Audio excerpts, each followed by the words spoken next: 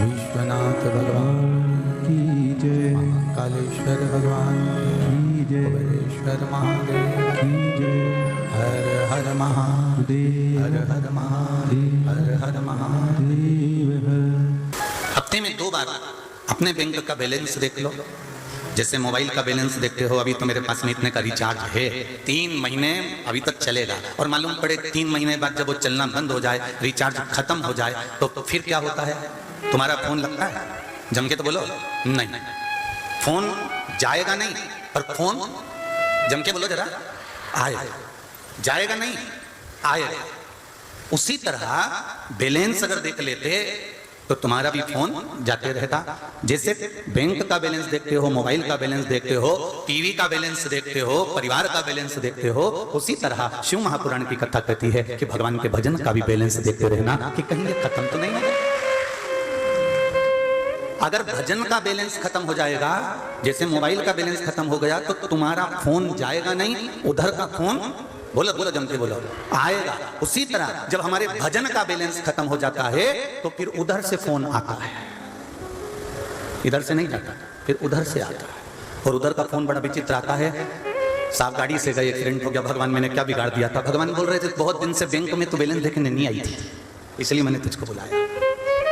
थोड़ा सा दुख आया, थोड़ी सी तकलीफ आई, थोड़ा सा कष्ट आया, थोड़ा सा रोग आया, थोड़ी सी बीमारी आई, और हमने फिर अपना बैलेंस देखना प्रारंभ करा।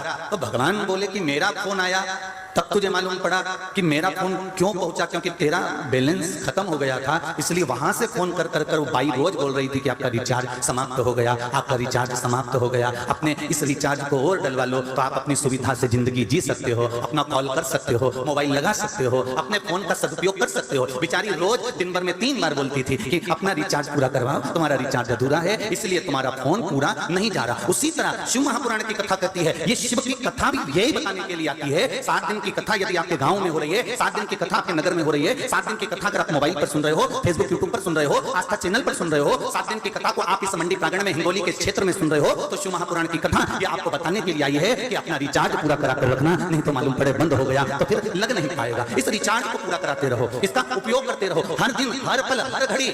21,600 श्वास जो मनुष्य को प्रतिदिन मिलती है, उस 21,600 श्वास का गणना भले तुम करो ना करो, पर इन श्वास के साथ में तुम भगवान का भजन करते करते अपने कर्म को करो। 3.5 करोड़ रोम छिद्र मनुष्य के शरीर में है। एक एक रोम को गिनोगे तो 3.5 करोड़ रोम छिद्र निकलेंगे। इन 3.5 करोड़ रोम छिद्र में से अगर एक बार भी भगवान का भजन कर लिया तो जिंदगी की सार्थकता बन जाएगी। तुम्हारा मोबाइल का बैलेंस बराबर चलता रहेगा, तुम्हें रिचार्ज की जरूरत नहीं पड़ती।